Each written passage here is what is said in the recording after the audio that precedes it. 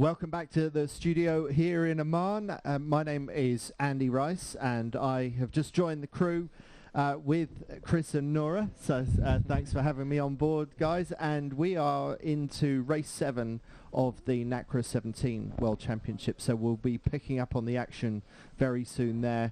And Chris, we've got some exciting news for the local fans in the Nacra fleet. Yeah, our quick news with this race starting is that looks like tentatively Oman qualified for the gold fleet in the 49ers. So that's big news, big prize on Oman National Day for them. Yeah, absolutely. So it makes you wonder how much of a push they got from Oman National Day and here racing on home waters. That sort of home favourite feeling seems to be working for them. Oh, absolutely. Their lucky day. Yeah, we knew it was a special day when we saw those clouds. So. Now, I was just speaking to the measurer for the Nacra17 fleet, Chris Henderson, and I've only just landed in Oman, but the sense I get is that this is a very unpredictable race course, and patterns are hard to pick out. Nora, if you were going up this course right now, which side would you want? Well, I just saw the previous race with the 49er fleet, and it looked super tricky. I would not necessarily know where to go, but in the previous race, the left side worked really well. Right. So but it started just like this race, you know. Yes, exactly. The boat's going right, or on a good angle, and moving up the ladder rung, and who knows? Maybe the beginning the right side looks better in the beginning since everyone wants to go there, but it's really tricky to predict which side will actually pay off. Like, it's really shifty. It looks a little bit lonely for these boats that we're watching charging out here to the left-hand side. Amongst those are Bissaro and Frascari, the 29 world champions. But there aren't that many boats going out to the left-hand side. It seems like an awful lot of boats in this fleet decided to tack off early out to the right-hand side. Quite an unusual pattern to see so many more boats on the right-hand side of an early beat. So it suggests that coaches and sailors seem to believe that the right is slightly the stronger pick. Yeah, and we see the boats that, we wrote an article yesterday about the usual suspects coming to the top of the fleet right now. But right now you see the boats that are in the top 3 coming out of the right side of the course are not the usual suspects. We have an Italian, the second Italian team, presumably, Swedish team, Netherlands, followed by a U.S. team. But Kohlhoff and Stuhlemer, they are the what medalists are they from? Bronze medalists. The bronze medalists from Tokyo. Team. Yeah. Yeah. So the leading board is actually at the moment Italy, Bissaro, and Frascari. Then German team, Kohlhoff and Stuhlemer. There you go. Yes. Good job. And then we have GBR, you. Gimson and Burnett. Now, with a 15-boat fleet in the Nacras, I've sailed A-class catamarans in semi-foiling mode, but I still don't know, when you look at a fleet like this in the Nacras with the great, speeds that they hit, is one bad tack, can that put you way back, or are there a lot of passing lanes, in this fleet? My sense, Chris, is that there is still big boat speed differences between teams. So I think one bad tack for a good team with good straight line speed might not be the end of their day, but you know what it's like. Both of you know what it's like. If you've got average to less than average speed, every maneuver counts, because the moment you drop out of the front row and you're sucking on other people's gas, everything gets infinitely harder. And obviously in fast boats like Nacras, you can't afford to tack out of bad air. You've got to choose your moments to make your maneuvers really carefully and hope that they work out. So long-winded answer to your question, Chris, is yes, you can sort of get away with it maybe, and maybe on this race course where so much is unpredictable, maybe the maneuvers don't matter so much, but I suspect on relatively short courses in Nacra17s, the few maneuvers that you make, you need to make them count. Yeah, definitely compared to the 49er, the Nacra is still a multi-hull, so turning that boat just needs more effort, takes more time. That's right. And top end speeds are so high in these boats. Interesting to see the swell, because from what I'm hearing, it's been quite flat water so far in this venue. Absolutely, and we were watching in the 49er fleet before this. They were actually catching that swell going downwind. I mean, beautiful long period swells out there, but the breeze was just on the edge of really sending it, from the trapeze. Yeah, it would be interesting to see, could we see the same in the 49, in Nacra? Probably. Yeah, it might. Surfing. It might be even greater, yeah. Yeah, they go quite much quicker, so let's see if the wave is quick enough for them. Now on the course we're seeing almost just like what we saw in the last race, a big pack of boats that were originally showing the leaders, wind up looking like they're almost overstood, and then the left slowly creeping back and moving up ahead of that fleet. Literally, while we were talking, the top 5 just flip-flopped. I mean, look at the leaderboard right now. Yeah. The 3 boats that were in the lead now are in 7th, 8th, and 9th. So maybe the fewer boats that went out to the left have made the right gamble. Was it more than a gamble? We'll have to ask the sailors later how much science was involved and how much of it was guesswork. Exactly. Well, we can, still, it's unpredictable who will actually come first to the top wind mark, because they're so close. Even though the tracker can predict, the Italians are leading at the moment, but are they really? They're coming on port, so they have to do one tack in front of the fleet coming from the starboard, so that's always a tricky one. Let's talk about the Italians, Pescara and Frascari. We know that they were neck and neck with their tuning partners and their other Italian teams leading up to Tokyo. They didn't get selection even though they were the 2019 world champions. Their teammates got the gold medal in Tokyo. Can we say they're some of the best teams in the world?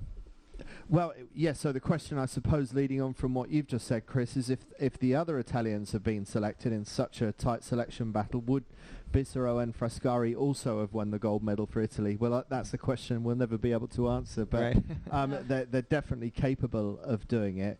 But Tita and Banti at Tokyo 2020 were another level above the rest of the fleet, and that was a little bit of an unknown because of COVID and so little training. Right. Yeah, but they're quick, they're super quick, the boat speed, and for sure the knowledge is also in the whole Italian team, since these guys are also super quick, so I would imagine them sharing the same knowledge, or I don't know. Or do they? That's the I question, don't know. I don't know. They were very competitive in Melbourne, not really playing together. No, exactly. Yeah. Well, at that stage, when you're in a tight selection battle, how are you prepared to share every last secret? It's a really difficult challenge. I think that's who we see to the left of our picture right now. I'm thinking that's Italy. Yep, that's the Italians and the Italian teams. The French have had this really great run on port tack, where I really think it's been a lot of boat speed run. They've been free. They haven't had any boats around them. And regardless of the shift, I think they've been going faster than everyone, and that's pushed them right up into the top 3, it looks like. Right. So that's Moniac and Berthomieu from France 51 that you're talking about? Yep. So a really good run by them. But coming towards us, this is Italy 5, Bissero and Frascari. Will they be able to repeat the world title win from 2 years ago? That was in Auckland, about the same time of year, actually, so almost exactly 2 years ago. Oh, right, 2019. And around goes the Austrian boat, Ferresi and Zockling. Very good lead back to the third place boat, which is the bronze medalist from Tokyo 2020. It's Koloff and Stuhlema leading the charge. And there are the French that you were just talking about, Chris, Moniac and Berthomieu, going around neck and neck with Gibson and Burnett, the silver medalists from Tokyo 2020. And then there's the Swedish team, the new Nacra team that sailed only 2 weeks together. Yes. Amazing. That's really Svensson amazing. and Dackhammer.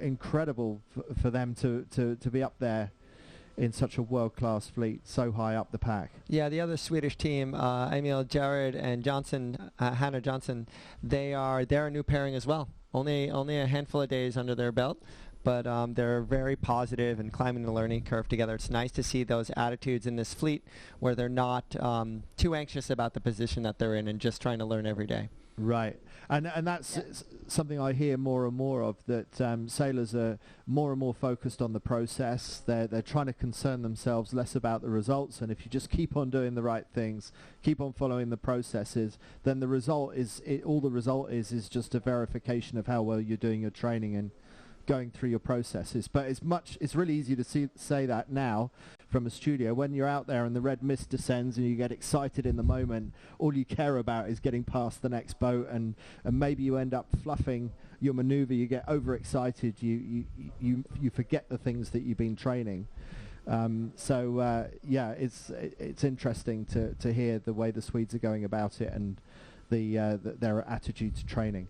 So, Nora, I wanted to ask you, I mean, none of the three of us are Nacra17 sailors, but we do know that it's a very physical boat and that the movement of the crew to keep the boat up on the foil, since you don't have active foil control, that's everything downwind. Yeah, you can see all the teams have a bit different techniques, but some move much more than the others, just to try to keep the boat, the foil, the boat on the foil basically. And especially with the waves, you want to move even more because you have to adjust constantly to the wave and also the rudder movement with the sails. So there's a lot happening at the same time. Yeah, we're watching that here. They're kind of stuffing it on the short waves a little bit and then trying to catch these long period swells. And when I was talking to Emil and Hannah, I said, what's the biggest challenge between working together as a team? And he says, really, I can't explain to her the difference in movement between short chop and long period swell. It's just time. Yeah, there's not enough time to do that, so they have to, train together quite a long time to understand each other and understand the movement, like know how the skipper moves and the crew, because they have to move together to get it synchronized. Would you say this seems more dynamic than even sailing FX downwind? In terms of relationship? Absolutely. It's different, yeah. There's You're just fine-tune it. I wonder if you put a step counter on a Nacra crew. If you want. How many steps they do on a downwind leg, running backwards and forwards. Yeah, check their iWatch. I mean, I'm sure there's something in that. Yeah, they move probably double or even more than the 49ers and FXs do downwind. The crew moves a lot. Yeah. But why? I guess, you could also do it in a skiff, but you just don't get as much advantage. The boat is slower, maybe that's why. I think you can't get far enough back down a 49er, whether you're sailing a 49er or a 49er FX, so you tend to get in the back foot loops quite early. Yeah, and then you're quite stuck there. You are. Unless it's like super wavy and the crew wants to be a bit forward and try to get the waves, but the movement is just much less than these boats. Good overtaking maneuver there by the Austrians ahead of the Germans. Austrians, we've been tracking them for a long time down this run. Really late drop by Austria as well, but then actually a pretty late drop by Germany going out to the far side. So now we get back into the question of is Germany correct to be going to the right side, or has Austria chosen the correct side going out towards the left, as we watch Sweden following Great Britain into the bottom of the course here at the leeward gate. Yeah, a tight double jibe for the British. A really slow maneuver there because they just underlaid that leeward mark. So giving away a bit of valuable distance there for Gimpson and Burnett, but they're still very well placed on this race course right now, as we're back with the leaders from Italy, Bissero and Frascari, and this sea level view, it really gives you a sense of just how much wavier the race course is than it's been on previous days here at the World Championship.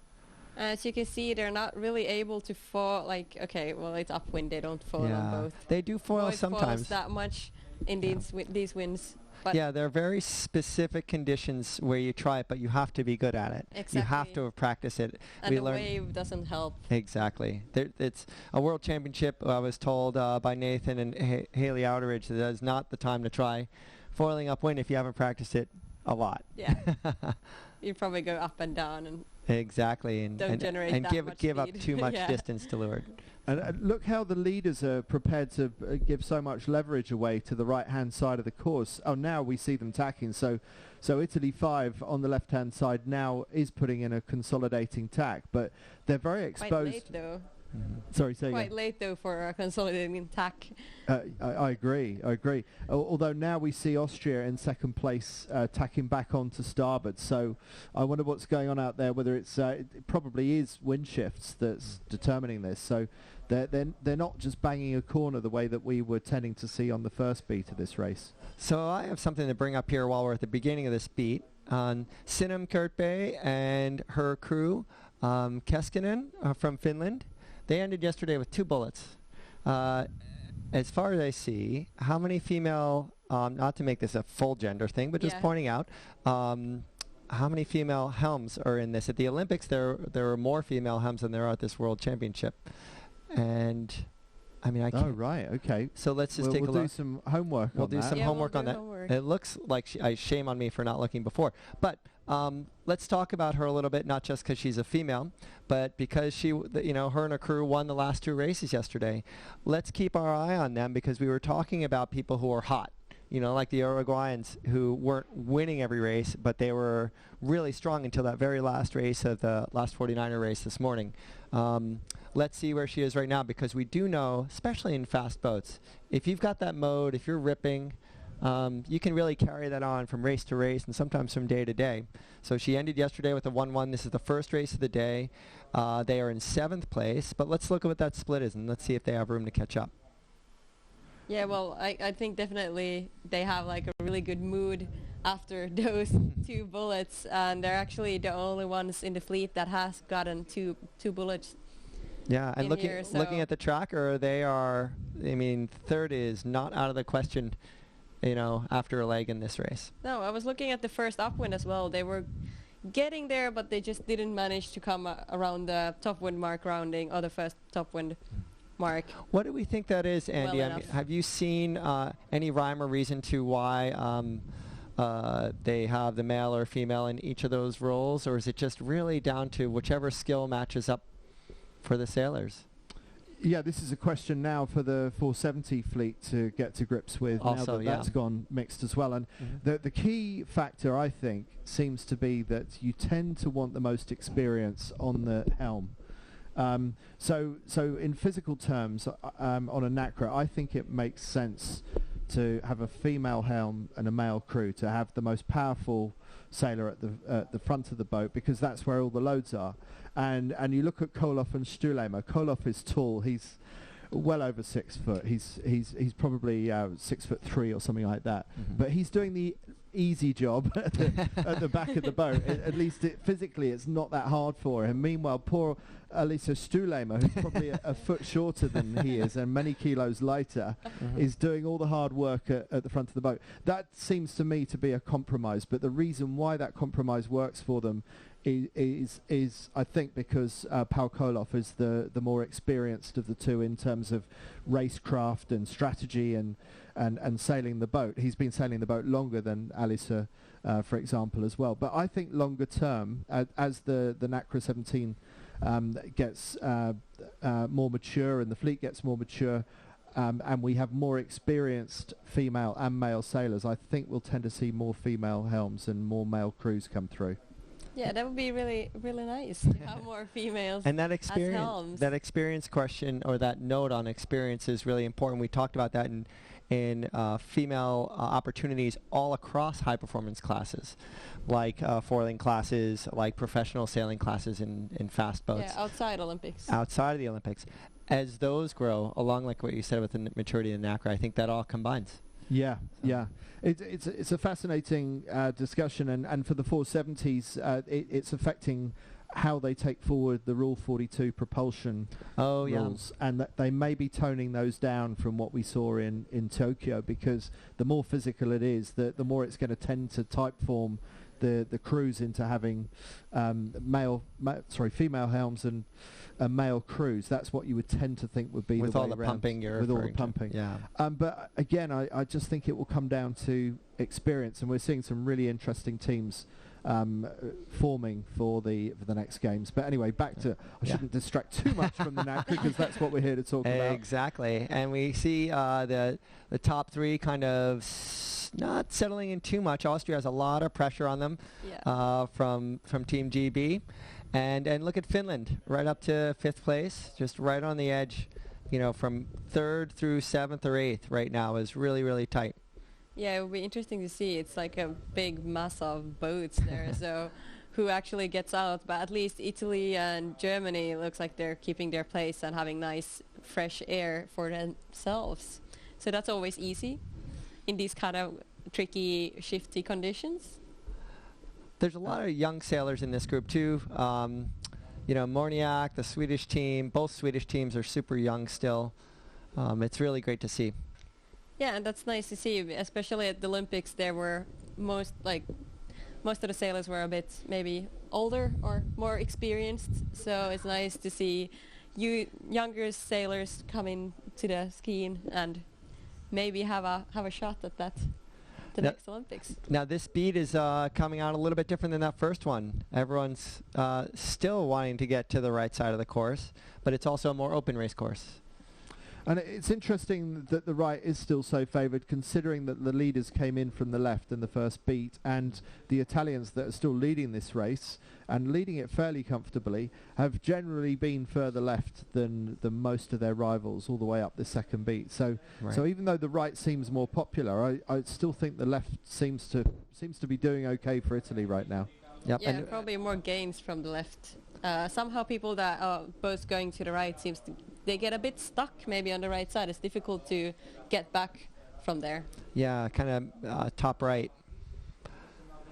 So this is Italy coming into the windward mark. They've underlaid, so they haven't quite made it in one go. So that's 2 extra tacks the Italians are going to have to make, which will eat into their lead a little bit. That's good news for everyone else, but to be honest, it's such a commanding lead for Bissero and Frescari.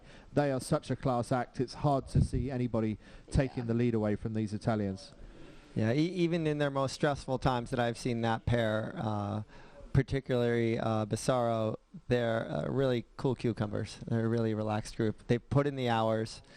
They have very strong routines. If something goes on, it must be an act from above that puts them out of their cadence. And especially strong routines, that just helps so much, especially in tricky, nervous situations. And around go the Germans, Koloff and Stulema, so now up to second place. So they've come out ahead in that battle against the Austrians, whom you might remember they went round in simultaneous different leeward gates, and so it paid off for Germany to go out to I think it was the right-hand side. Yeah. Yeah. And then the other Italians following the Austrians around. So that's Ugolini and Jubilee, the younger of the Italian crews, followed by Kurtbay and Keskinen from Finland, and then the Swedish Svensson, Dackhammer, and then Gibson and Burnett from Great Britain going into a jibe set. And they've given away a few places. Yeah, that's surprising to me.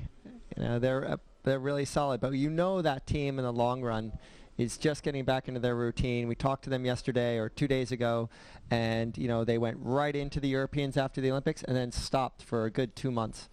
A good 2 months. I mean, is that really a rest? It is a rest. 2 months, a solid 2 months. It is though a rest. If you're a tennis player, you're right. I mean, it just staggers me how the ATP Tour is just relentless. But I just think for the state of mind of anybody, you think about Federer and some of the really accomplished tennis players, they take huge gaps between the events that they choose to do. And my concern for Gibson and Burnett is that 2 months is not really enough time for them to decompress and, that makes a lot to of sense. reset.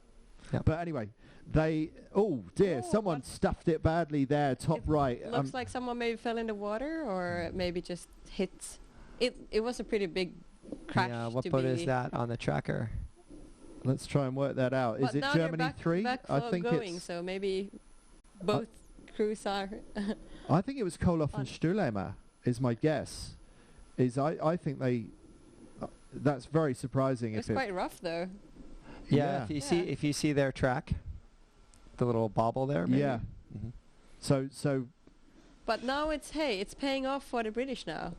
They did the jibe sets. They were the only ones jibe setting, and they saw there's a gust. Oh, let's see is it actually paying off now? It's turning when I said so. But it seems like there's a right shift or a new gust from the right side. Right. Well, good spot by the Brits and good spot by you, Nora, to see the progress that they're making.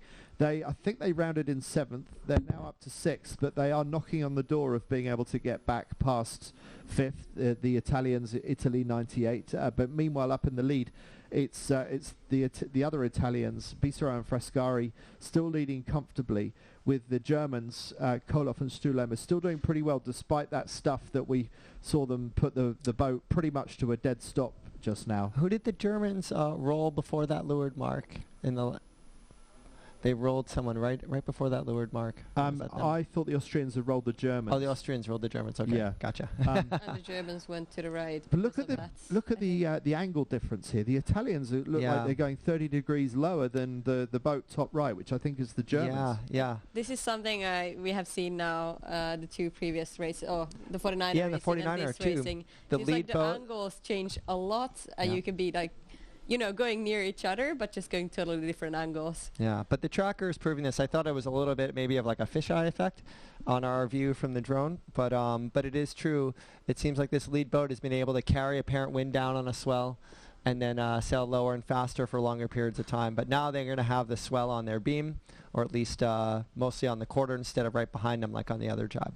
So do you think that there is some truth in the drone doing a fisheye effect? I think there could be. I mean, but I'm looking at the horizon. The horizon looks pretty straight, those kind of things. But there, it's just what I see at times. Right. So it looks like they've just gone past the leeward gate, so that not far off the finish line now for the Italians as they are about to take victory and the winner's gun in race 7 of the Nacra17 World Championship. So congratulations to Bissero and Frascari, very commanding lead and rewarded with the win. And now it's Koloff and Stulemer, the bronze medalists from the recent Olympic Games, coming across in second place and a long way ahead of their rivals when you think that they were in a battle with the Austrians, who have dropped some way back. And it's a bit of a gap now to see who can get back. But on the left of screen, it is that Great Britain Union Jack, but it's not going to be them that comes across next. They have made inroads, but the next boat coming across is going to be the next Italians, the younger Italians of Ugolini and Jubilee, who take third. So that's first and third for Italy in this race right now, while the Great Britain, Jenica has That's so jibed. close. Yeah. And they've taken fourth place right at the end. So, Chris, you talked about that experience and how you could always rely on them. Well, that was a great gain, 7th to 4th on that final run. Just getting ahead of Austria, just getting ahead of Finland. Yeah. And then followed by the young Swedish team, only recently got together, Svensson and Dackhammer. Really solid performance by them. My observations on this downwind leg compared to the previous one, and I thought it was because people hit their ley lines to the finish a little too tight watching this, is that they weren't foiling as much. The leeward hull is firmly in the water, and they're sailing really powered up. But to foil, you need a little bit of room to leeward. You need enough power to get flat. And if you see that weather hull lifting, they're not foiling. So I wonder why that is. I wonder if it's not windy enough. I wonder if just the Maybe, chop yeah. is... Gusty and choppy. Maybe I was thinking exactly the same. Yeah. Like it looks like it's sticking there. Yeah, you're seeing the hull a is normal sticking to the- catamaran with the hull out of the water. Normally you think that's awesome, and now I'm like, hey, what's going on? Hey, why are they not foiling? Yeah, and it might be the swell too. I mean, there is chop. Look at the size of that swell right there. I mean, there's chop on top of these big rolling swells, and that might just be too much to stay steady. And I think one question for us to ask the fleet is setup, because with your foil setup, there's you have to sort of establish what you're going to do and set it before the race. There are things you just can't change once you're in race mode. So, there's some news about Booth and Well, just talking about following this race, let's finish up our conversation in 15th, Booth and Booth. That is related to Mitch Booth, who's an Australian multi-hull Olympian, and you may remember his scores. he got a bronze and a silver at the games about 30 years ago. I'm trying to think which games it was. I think 92 he got a medal. And just recently was a project manager and strategist on Comanche for the Middle Sea race a couple weeks ago. So super fast sailing, but a 100-foot ocean sailing boat. But a lot of history there. I'd love to meet these young sailors. It's awesome to see children of Olympians work their way up and see where they stand. Yeah, there's quite a few familiar names. Morniac is from a long line of Morniacs in France. So you see that quite a lot. Booth and Booth, I'm sure they're tapping into all their dad's experience. And having said that, I don't think their dad has done a lot of Nacra17 sailing. He was a tornado specialist, and the tornado looks looks a bit easy compared with what catamaran sailing in the Olympics is these days, doesn't it? Yeah, definitely a bit different with the foiling ones. Yeah. So anyway, that was a good result for the Italians. Their teams were first and third in race 7 of the Nacra17 World Championships, and important points, or an important point, we should say, for Bissero and Frascari, who really ran away with that race and won it by a good 60 or 70 metres from the second place boat, Koloff and Stulemer, who in turn were another 50 or 60 metres ahead of the rest of the pack. So I'm wondering how much the waves and the swell pay to the experience of those teams, and maybe some of the lesser known teams, the newer teams, were able to hold their own in the flat water, but when you have that extra dimension and the race course goes from 2D to 3D with the swell, is that where the extra experience comes in? And that's why I wonder whether we're seeing the bigger names come to the front now.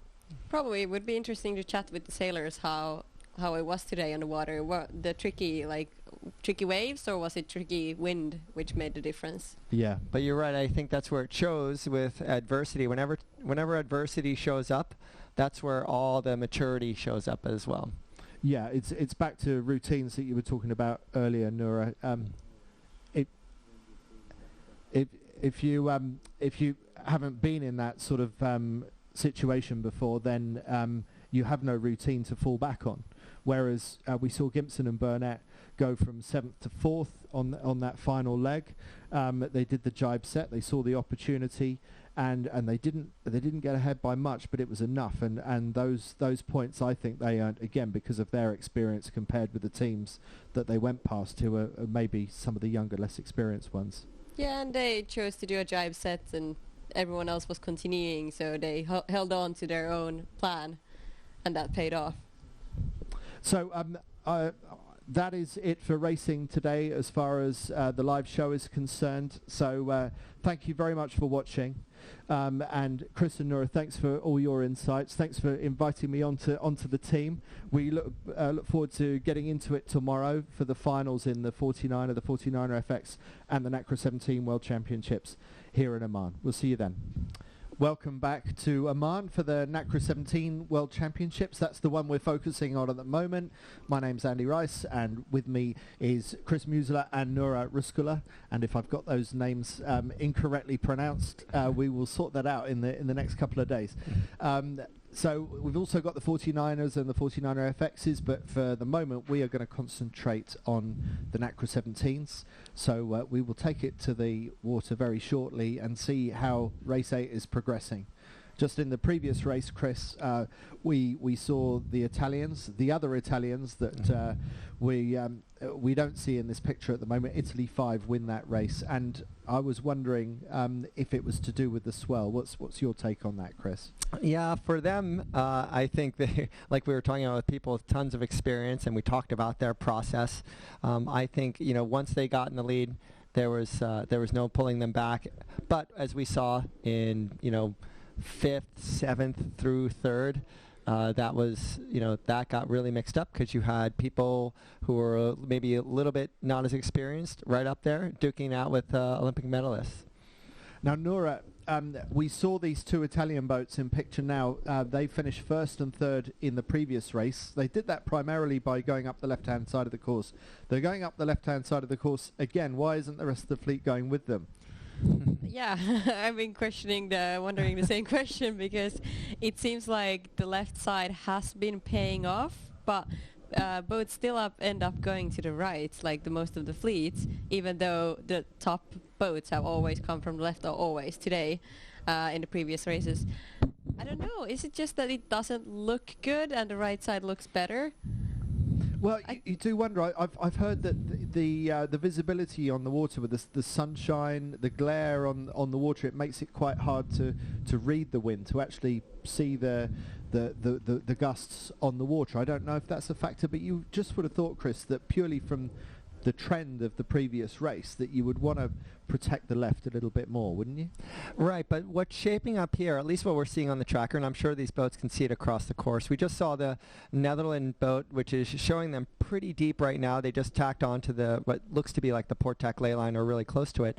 In the previous races, we've seen that the boats were further up the track on the right, and then it just flip-flopped and then the left came up. But nothing really happening in the middle.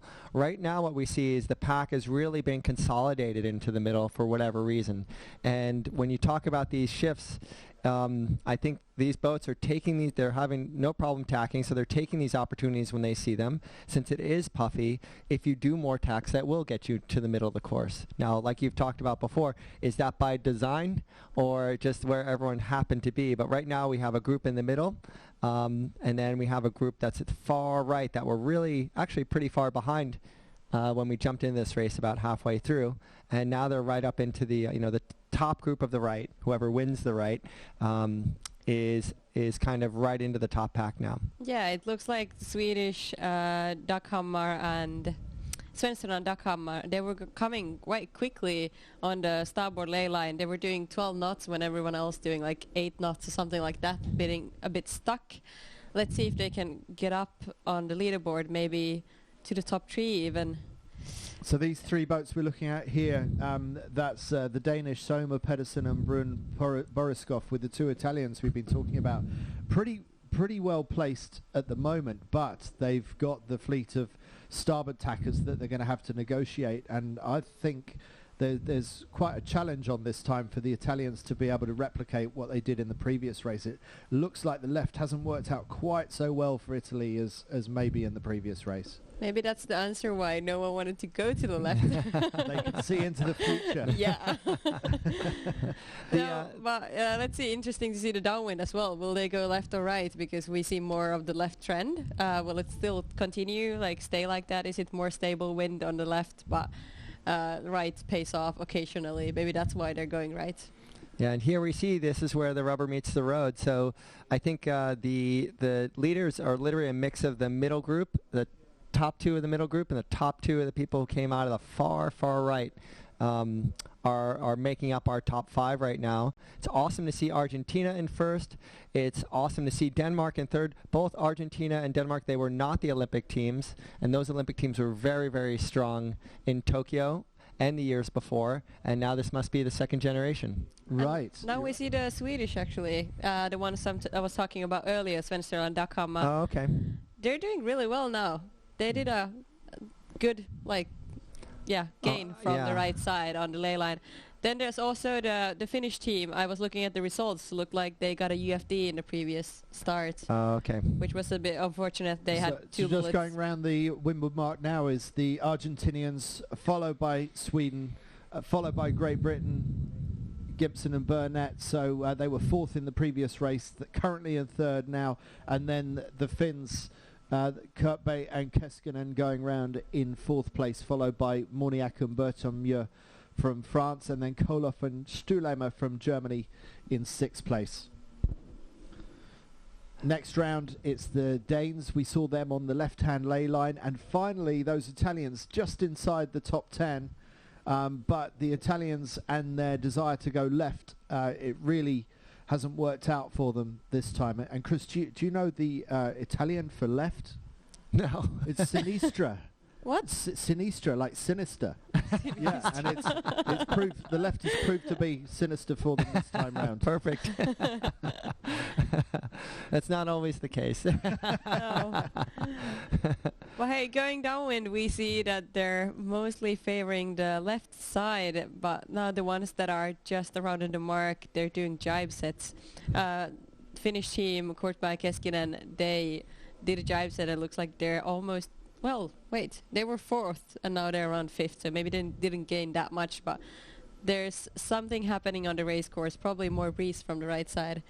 Yeah, the downwind legs in these boats, I mean, first of all, going back to what you said about the 470s and pumping and all those things, the one thing I really love about this group of Olympic classes, the 49er FX and the Nacra, is that really kinetics are a fore and aft thing and not an in and out thing or an up and down thing. And so what we see here on boats that are so fast, there are certain breeze conditions, and like we were talking about, maybe with these wave conditions that make it so volatile, particularly on the downwind legs, where the angles can be get so wide or so narrow very quickly, and the speed changes can be very quick. I think what we're seeing right here is this is a really volatile race course right now with the sea state and that the wind bobbles it all.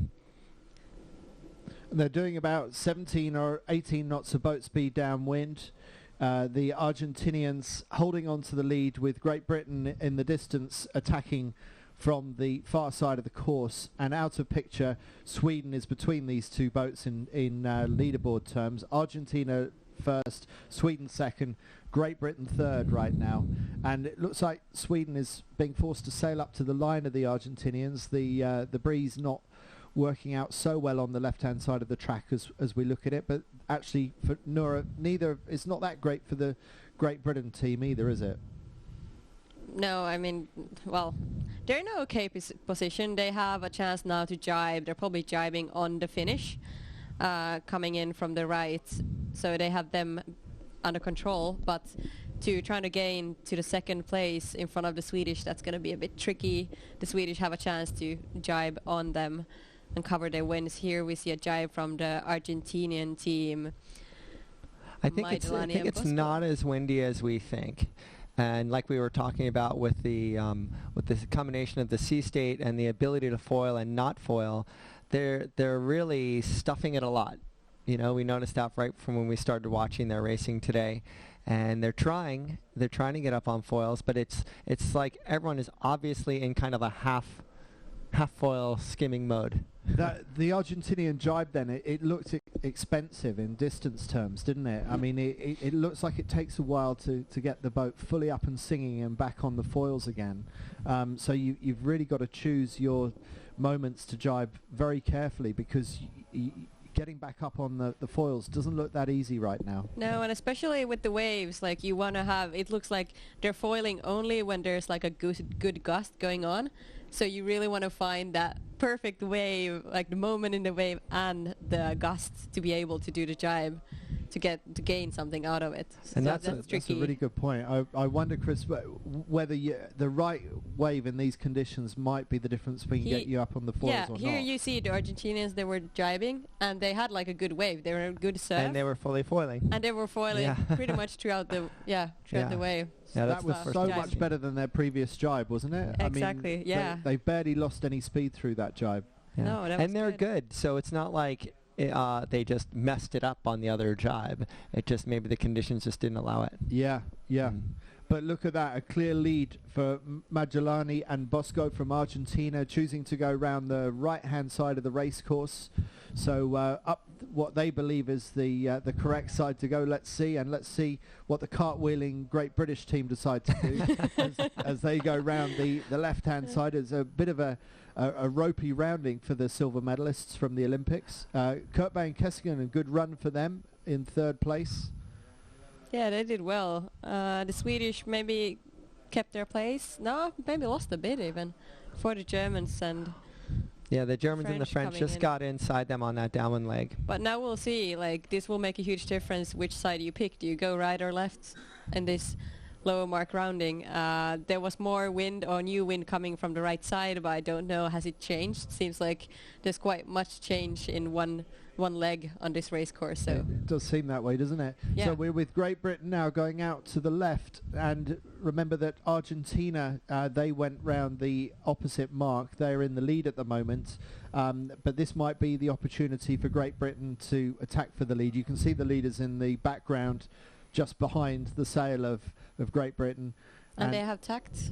They've tacked, so they're both on starboard now. So they're on parallel tracks now. So Argentina trying to defend against Great Britain, who were just rolling into attack. So now we get to the first cross, and it looks like Argentina is still leading Great Britain quite comfortably at the moment.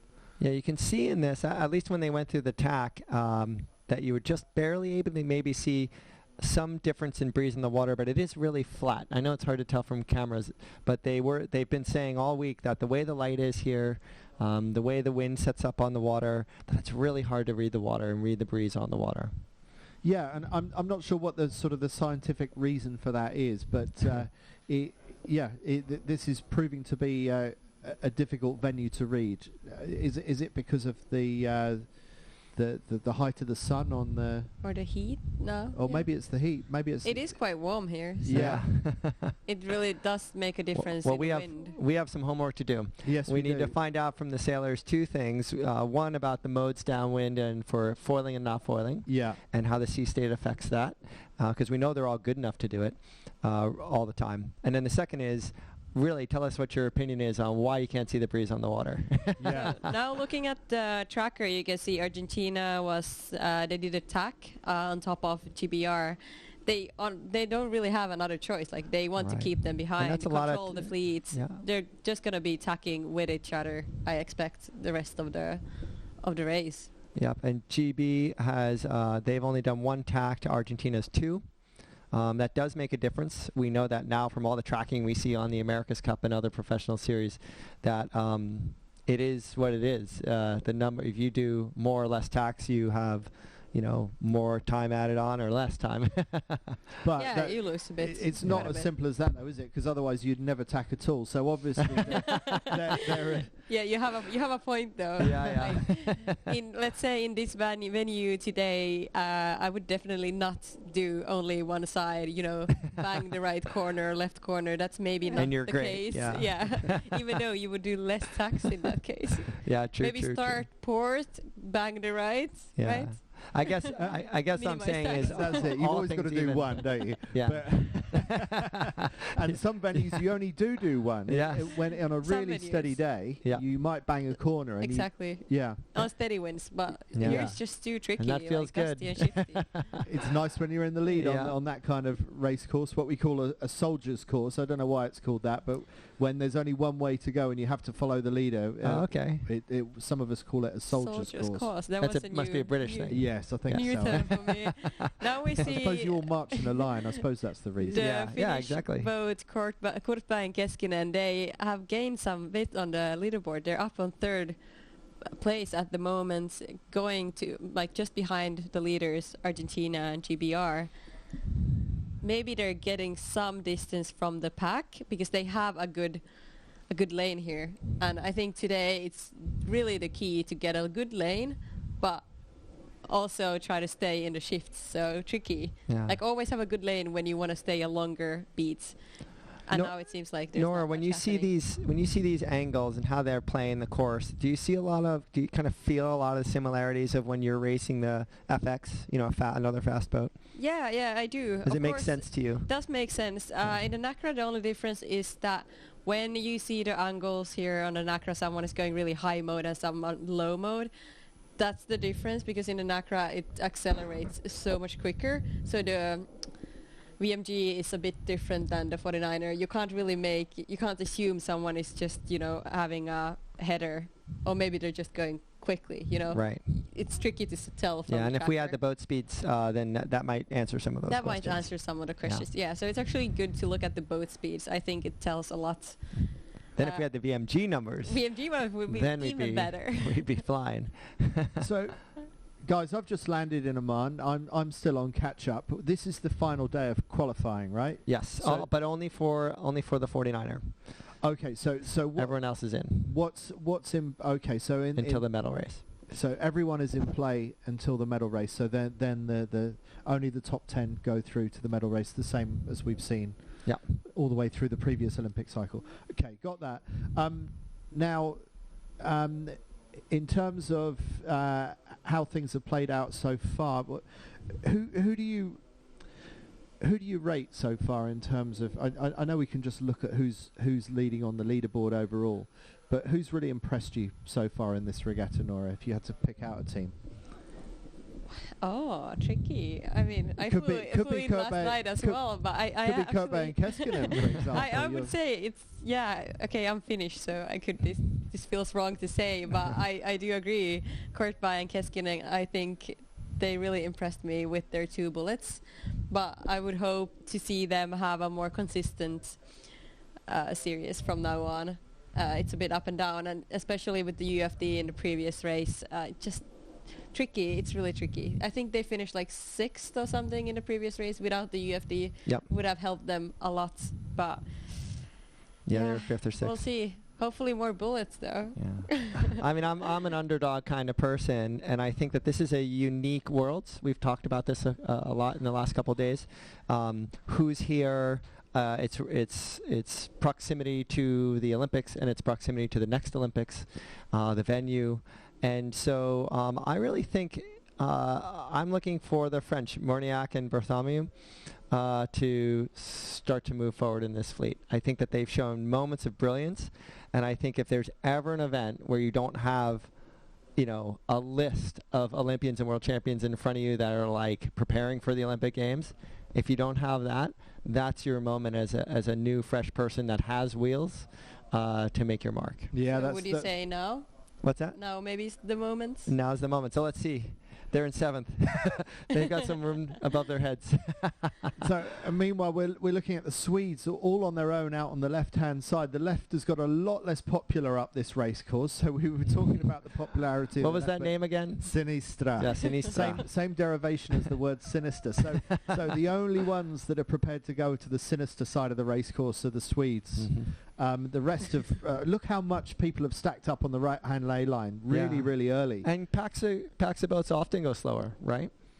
Breeze goes over them. Well, they do, but if the wind is much better on the right side, maybe you'd rather be on that side. Yeah, that's the balance. Get the advantage, but it looks good for the Germans and the Italians here. You see in the picture, they have like fresh air. Well, they've still got options, haven't they? Everybody else has used up their options really early. They were listening to our commentary and they were thinking, you know what, this tacking is overrated. We're going to go all the way to one corner, do one tack, because that tacking is just so last year. Hey. But that's a valid point. You said they used all their options. So when you do you go early on for example, on the starboard ley line, as we can see here, you don't really have options left. So if someone decides to tack, like someone's just ahead of you and decides to tack in front of you, you're screwed. There's nothing you can do, is there? Nothing. And it's just Argentina right now. It's going to be very telling with Germany and Italy, the second Italy team, to see where they end up with this pack, because that's really close. Argentina and GBR are definitely, Argentina particularly, in the lead. Hey, we're used to seeing this flag on Nacras with Santi and Cecilia. Exactly. Two-time Olympic gold medalists. So it's nice to see that flag on. It's very special to see that flag on an Nacra. Yes. And how long before we see Santi Lange come back for another Olympic? I know. Is it going to happen, Andy? What do you know that we don't know? We don't know, but we have to wait and see. So there they go. Very big lead, more than the whole of the spacer leg here to this orange mark in the front of the screen. But it's Great Britain that still hold second place, so it's turning into a good day for Gibson and Burnett without really starring. They're proving to be very solid today, and they are the reigning world champions in this fleet. Just about to sail into our camera boat there, I think. And at their last Worlds, they were not leading at all during that whole regatta. They were just always just in it, just in touch. That's the key in the end. Like, of course, you can shine and have bullets, and it's all looks really good. But in the end, it's just the consistency. Like, you don't have to have a bullet to win the event. Right. The whole event. Sorry, just to pick up, who was third around that mark? But it was Italy. It was Italy, yeah. So Ugolini and Jubilee, not the 2019 world champions, but the other Italians. But there we see Bissaro and Frascari going around. So the Italians actually have made up for... They made a gain. Yes. From the previous. They were around top 5, or was it? They were just inside the top 10 going round the Wimber mark first time, but both Italian teams have really moved forwards, and I'm not sure. It'd be interesting to go back and look at their tracks, but I think they were in that pack on the right. Yeah, so they gave up the sinister side. They went to the other side, and actually, even though it was really busy, you see where Germany held strong. So it was Germany and Italy, or no, Italy 5 was with Germany maybe. Which one? Italy 98. So I think it was Italy 98 and Germany, and they're second and third right now. And they were coming out of the left, and that big pack was to the right. Here you can see, if you watch closely, the Argentinian team. Whoa, they're moving super much in the boat. Okay, now the heeling maybe a bit too much. Yeah. There's a gust. But you can see both of them moving. So some of the Nacra teams, I feel like the skipper is quite set. Like, they don't move that much. Right. The crew does the moving. But in this team, both of them moves, which is tricky, because then you have more things that could go wrong. Yeah, More absolutely. things to go wrong, but it's Yeah, less harder work to for the coordinate. crew. Harder to coordinate, Yeah. exactly. Yeah, but yeah, the helm sharing out the a bit of the workload, but also, I mean, I would imagine at times there's quite a lot of push on that tiller, and I think it must feel a little bit dicey for the helm to separate from the foot loop. Yeah. I can see why some Meaning helms to just want to move- stay locked in at the Yeah. back. I think that's what I'd be doing. I'd be Yeah. shouting at the crew, telling them to do all the work. I would agree. It's easier because then you can focus on the fine steering, and that's what you want, because then the crew can do all the work. But I guess, you know, for some skippers, it's just difficult to stay still. They want to be involved. Well, You whatever speak it from is, experience. Yeah. it's working for them, isn't it? Look Yeah. at that distance gap, more than 250 metres back to the British in second place. So the Argentinians giving an absolute masterclass on how to get these boats downwind right now. And it must be the waves, because you're watching how they're paying attention. I think they're steering to the waves and not to the foiling. And if they were, and maybe the waves just prevent it from happening. You know, when you have those kind of waves, when you're foiling, you're flat. So you have 4 appendages in the water. And if the waves are all up and down, that's really hard to keep and manage. Yeah. So when it's really bumpy like it is with swell and chop, maybe it's just easier to keep one hull and 2 appendages in the water. Right. Yeah, that Yeah, makes look at sense. them go. Yeah, Whoa, quite a lot of Fantastic boat footage. heel. what a wave. Yeah. And this is exciting. Oh. We didn't expect to see this here, but those are 2 huge ground swells. Huge. Look at that. And I think guess they that can must even- be really hard to foil on. And we Yeah. noticed in that one jibe that we were saying that they did well, Yeah. they were on the foil in the middle of the jibe when they were dead down that swell. So it was Right. even. Yes. You know what I mean? That's the Yeah. only time where you have all 4 appendages. Oh, that okay, didn't go so crash. well. But I think that happens. That's you can see if, like from the video here or the screen, that happens to all of the teams. Like Yep. they like go full on, and then there's probably just a gap of no wind, and then they crash fully, like Yeah. stop, and then they have to rebuild everything. And there's I a can bit more of imagine a being close-up. really tricky. Is that today. Argentina? It is. Nora, Yeah. talk us through what we're seeing here. Yeah, here we see the skipper is actually really standing really wide with his legs. Keeping his foot in the back foot strap. Yeah, maybe trying to have some balance of the boat, and then the crew was moving around, but That was a really Yeah. nice job. If you noticed, very much catamarans, moth sailing, keeping the weather hull, the new weather hull, to heeling to weather coming out of that turn. So that is Enough the of foiling Argentinians again. winning the race and winning it by a country mile, almost miles. 250 meters, maybe even more than Incredible. that. Yeah. So fantastic sailing by the Argentinians, and I'm sure Santiago Lange and Cecilia Carranza Ciroli will be cheering them as well from wherever they are in the world right now. Their fellow Argentinians who won the gold medal in Rio 2016. Second across the line, coming up for it in a moment, will be Great Britain's reigning world champions, the defending champions. It's John Gibson and Anna Burnett looking. Look at how far forward Anna goes yeah, now you to can get the see bow down. I mean, the crew. Yeah, actually halfway goes- to the bow from the shroud. There was like no grip anymore on the boat. No. Yeah. Like No, actually, if you in watch, front of the grip almost. Talk us through the next few, Chris. Who have we got coming across in third place? well, here we go. The Italians, Ugolini, and how do you pronounce the last name? Jubilee. Jubilee, and followed really closely by the Finnish, but the Germans in second. So Actually, Germans in fifth, I think. In fifth. Ger- I'm looking at something differently. Yeah, I think so. The Italians came third. Okay. Fourth place, Finnish. cool, thanks. Korsberg Keskinen, and fifth was the Germans. There we saw go, in the thank you. picture. Kohlhoff and And then- Stulema. Right, and then we have the young Swedes coming in, and we're getting down in the ranks. So that was a good recovery by the Italian teams, by Ugolini and Jubilee in particular, coming in third across the line. So it just goes to show, even if you've stuffed up the first windward leg, even on this short course, there's opportunity to get back into the racing. And Nura, it seemed to be more about the right-hand side on this race. yeah, it seems to be more about the right hand. Even though maybe in the beginning it changes a lot, like throughout the race course. Like there's so much happening here during the race. Like every leg, like the wind shifts, maybe even 2-3 wind shifts every leg. It does seem like it. I mean, for the amount of yeah. tacking we've seen, I mean, so it's tricky to say if it's actually the right-hand side, or is this just, let's say, a gust coming down on the right-hand side with an angle that just benefits, especially in the downwind, for example, the right, kind of like jibe setting has been working out pretty well for the teams.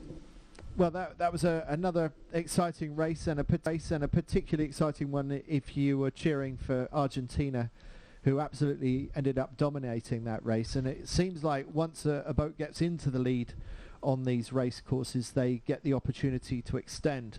And Chris, I'm wondering if that's because of the challenging conditions downwind. If you've got space around you and you've only got yourself to focus on, there's so much to get right with these waves and the foiling that maybe when you're in the lead, the ability to focus and concentrate just on yourself and not worry about other boats jibing at you, is that why the leader is just getting richer and richer, do you think? Well, I think the key word is focus. And even though we were talking about why aren't they fully foiling all the time, the one thing we do know about foiling in high-speed boats is it takes a tremendous amount of concentration, no matter how good you are, no matter how good your process is.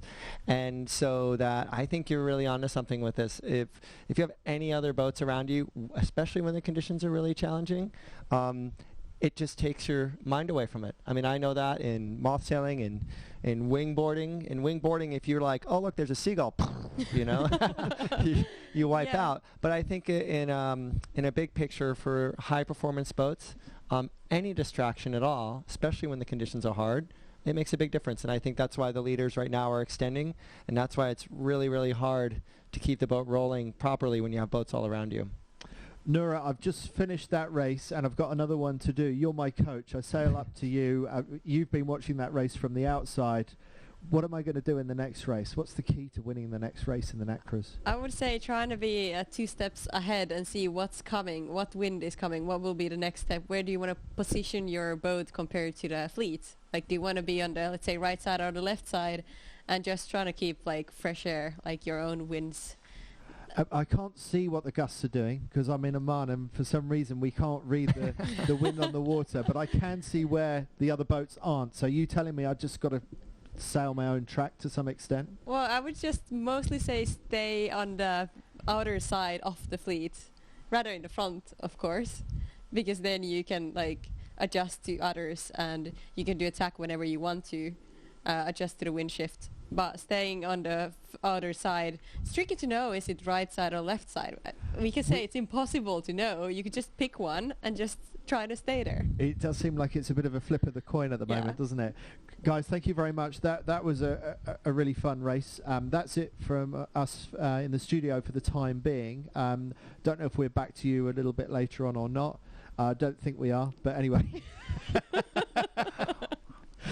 We are not. We're not. We're definitely out for the day. I've only just come off the plane. I think you can probably tell. I'll be a little bit fresher tomorrow, and I will be trying to play catch up with these two experts over here. We'll see you then.